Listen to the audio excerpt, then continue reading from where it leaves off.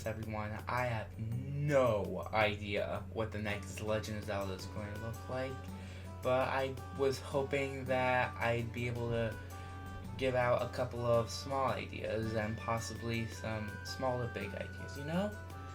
I just hope you all enjoy the video, everybody. The best way you can show me that you do enjoy the video is not only by liking the video, hoping to get a minimum of 3 likes on this video, but also maybe getting another subscriber. Maybe that could be you if you aren't already subscribed to me.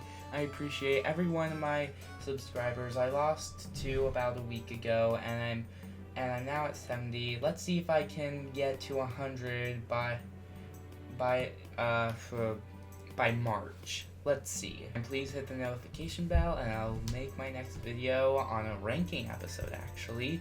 But for now, let's just focus on the possible new Legend of Zelda. We all know the whole complications with Legend of Zelda Skyward Sword on how Hilda was the pre-incarnated form of Zelda who couldn't use the Triforce, and how the timeline is just way too complicated now, and Echoes of Wisdom now having been confirmed to be on the Fallen Hero timeline. But let's not forget, there are a couple of video games that from Zelda series that we are kind of hoping to come back. I mean, we got a couple of remakes on Switch. We got Ocarina of Time and Majora's Mask on the N64 on Switch Online. We have Skyward Sword HD and Link's Awakening HD, which looks like, now that I think about it, kind of looks like clay, if you know what I mean. And the reason that we haven't gotten remakes in the Zelda franchise that we have wanted, like Wind Waker and Zelda Twilight Princess, is because they've already been ported, remade onto the Wii U, which is pretty close to Switch, but I honestly don't see a reason to play the Wii U anymore. I mean, I personally think that Wind Waker is beautiful to go back to. Twilight Princess still drives me insane with how many ports and remakes. It just drives me insane. Although I have yet to play both Twilight Princess and 100% Wind Waker, I'm hoping that I will be able to play Twilight Princess on GameCube, and Wind Waker is still pretty efficient on GameCube as well. Heck, Nintendo could finally just start making some good decisions and make a whole GameCube Switch Online emulator. Make the right decisions, Nintendo. But please, drop the expansion, drop the DLCs from the expansion pass, call it the emulator pass, for flipping crying out loud. But back to Zelda, we all have a good idea of what we'd want remakes to be. Heck, I'm personally hoping for a Link to the Past remake, but now that I think about it, it feels like Legend of Zelda Link Between Worlds was supposed to be the remake, but they kind of just ended up making it its own thing. I mean, I'd settle for Legend of Zelda Link to the Past to get updated graphics in that Link's Awakening clay-like style, and just port over Link's Awakening and make a couple of tweaks to the graphics and frame rate and take away the bottom screen, and you'd probably get yourself a seller. I mean, like, what if we got Link to the Past and Link Between Worlds on one cartridge? Dude, I would love that. But as for a full-blown new Zelda game, whether 3D or top-down 2D, I would just love to see Nintendo come up with a new story, just have some new gimmick, and maybe just have something. Heck, I've been having this idea in my mind for a while. But what if, like, Link could transform into some of the species throughout Hyrule? What if we, like, recreated that Majora's Mask setting of Link being in the body of a Zora and a Goron and a Deku, and we'd, like, remade it and translated it into a new full-blown 3D game? Like, instead of the Deku, we'd obviously have the Karuks or something.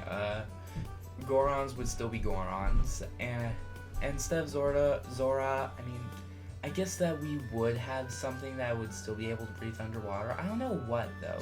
Type in the comments down below if there's one water-breathing species in Zelda that I may be blanking out on. Heck, I'd even like to see if it would...